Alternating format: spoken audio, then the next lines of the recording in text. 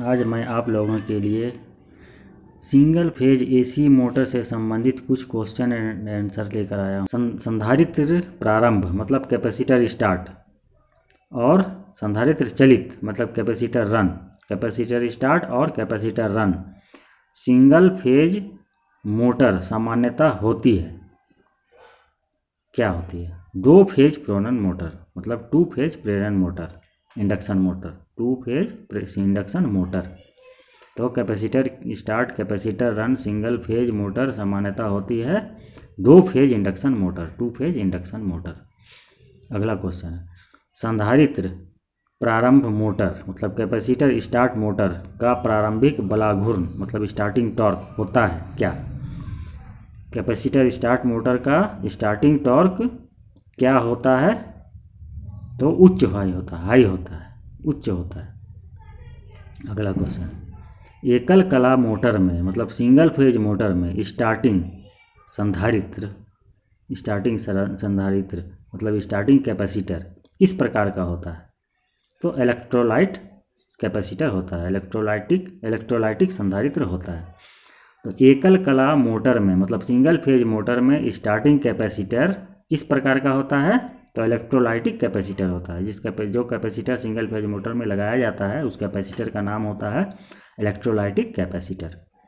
अगला क्वेश्चन, निम्न में से कौन सी मोटर का स्टार्टिंग बलाघूर्ण उच्च होता है? मतलब निम्न में से कौन सी मोटर का स्टार्टिंग टॉर्क हाई होता है?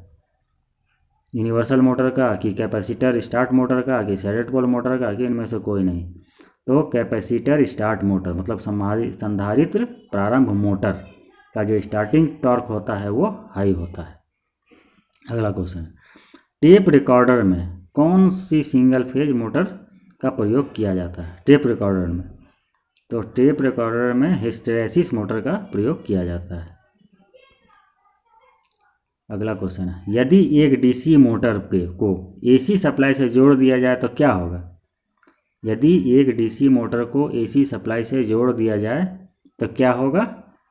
स्पार्क अधिक होगा, इफिशियंसी कम होगी और कम पावर फैक्टर पर चलेगा, मतलब कम शक्ति गुणांक पर चलेगा। मतलब स्पार्क भी अधिक होगा, एफिशिएंसी कम हो जाएगा और कम पावर फैक्टर पर वो चलेगा।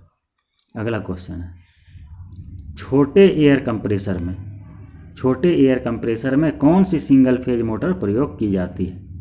एयर कंप्रेसर जो होता है सिंगल फेज मोटर में प्रयोग किया जाता है, छोटा वाला एयर कंप्रेसर, उसमें कौन सा सिंगल फेज मोटर प्रयोग किया जाता है? तो संधारित्र प्रारंभ संधारित्र रन मोटर मतलब capacitor start capacitor run motor प्रयोग किया जाता है।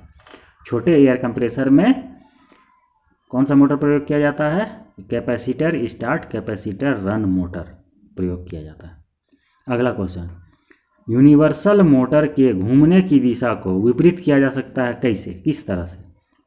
तो यूनिवर्सल मोटर को घूमने की दिशा को विपरीत किया जा सकता है कैसे? ब्रश लीड को आपस में बदल कर, ब्रश लीड जो होता है उसको आपस में हम बदल के यूनिवर्सल मोटर के घूर्णन दिशा को हम परिवर्तित कर सकते हैं। Single phase induction motor, single phase प्रेरण मोटर मतलब सिंगल फेज इंडक्शन मोटर का प्रारंभिक बलाघूर्ण स्टार्टिंग टॉर्क होता है कितना? शून्य होता है। सिंगल फेज इंडक्शन मोटर का स्टार्टिंग टॉर्क क्या होता है? शून्य होता है। तो ये था आज का 20 question objective type single phase AC motor का।